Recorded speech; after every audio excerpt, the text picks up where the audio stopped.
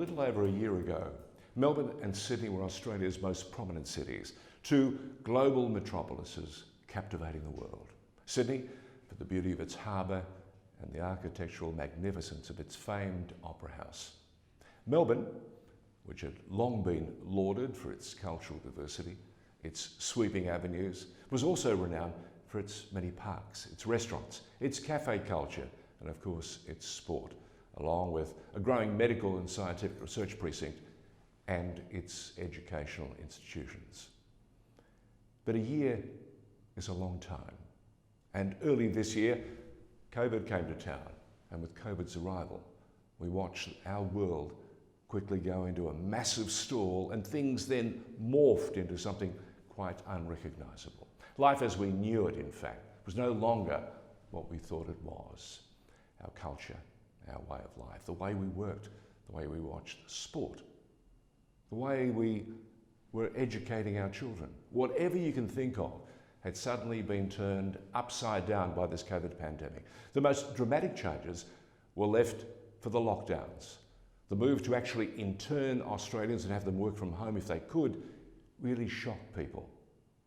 The work from home concept was born, and it wasn't a foreign idea, but it was an idea that had been discussed long before as part of a future evolution of modern society. However, quite reluctantly, it had to be adopted. COVID had taken the decision, you see, out of corporate Australia's hands and the many governments across Australia. COVID forced the work from home concept to become reality.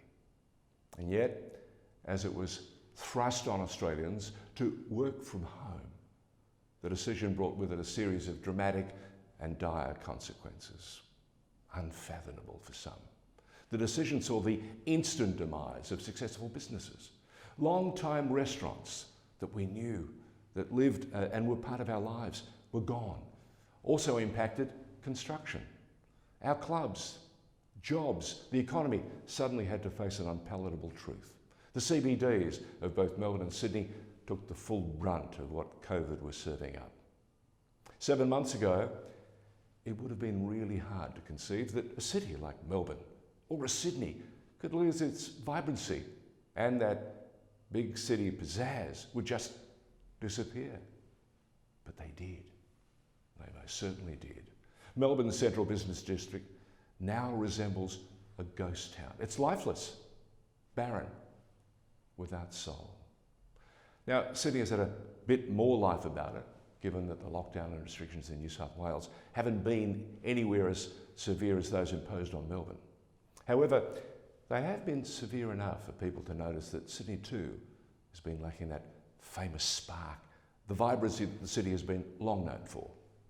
Victoria has only recently started to come out of some really tough restrictions which were forced on it by the state government, which had to fight hard to free Victoria from the grip of COVID after letting the virus spread through the quarantine hotel fiasco. An inquiry is still to hand down a decision over that saga. But those severe restrictions imposed by the Daniel Andrews government have certainly contained the virus. But the blunt instrument that the Premier used has also hurt many. It also means that Melbourne will not be able to simply just bounce back to its pre-COVID self. Venture into the city and you'll see for yourself it's akin to a ghost town. Barren, lifeless, and still without its famous soul. Melbourne at the moment, if you think about it, resembles more a cold graveyard of empty buildings, closed shops, unoccupied offices, and this creeping feeling of emptiness just fills you.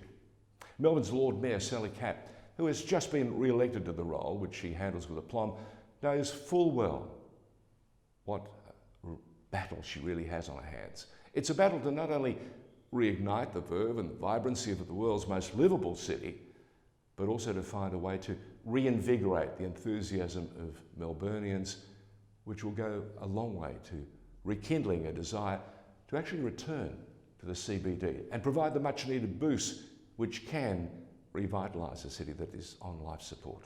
Now, whatever the Lord Mayor's strategies are going to be, one thing is for sure, this is going to be a huge challenge. In New South Wales, Sydney is only marginally better off. Although Sydney's Lord Mayor Clover Moore may not face as daunting a task as her Melbourne counterpart, she too has a big challenge. Bringing Melbourne and Sydney back to life is going to be an unenviable task. And this is one big reason why. The occupancy rates in Melbourne CBD, as of last month, stood at just 7%. 7. In Sydney, the occupancy rate stands at 40%. Brisbane's currently stands at 61%. So you see the cities of Melbourne and Sydney are really pivotal to Australia's international standings, and they're huge draw cards. Currently, Melbourne is balancing on a knife edge, while Sydney is also struggling to ease its way out of the mire that it finds itself in. But the time has come for everyone, all Melburnians, along with the citizens of New South Wales and the rest of the country, to show some faith, be bold, look to return to the city centres in order to breathe some much needed life back into these famous cities, these giant metropolises. The vacant office buildings, the many shops that lie idle, and the eerily empty streets of these once bustling cities really need you. They need us all. As cities, Melbourne and Sydney need to come back, bounce back. And they need every Australian to help breathe new life into the country's greatest cities and help them return to what they once were before COVID came to town.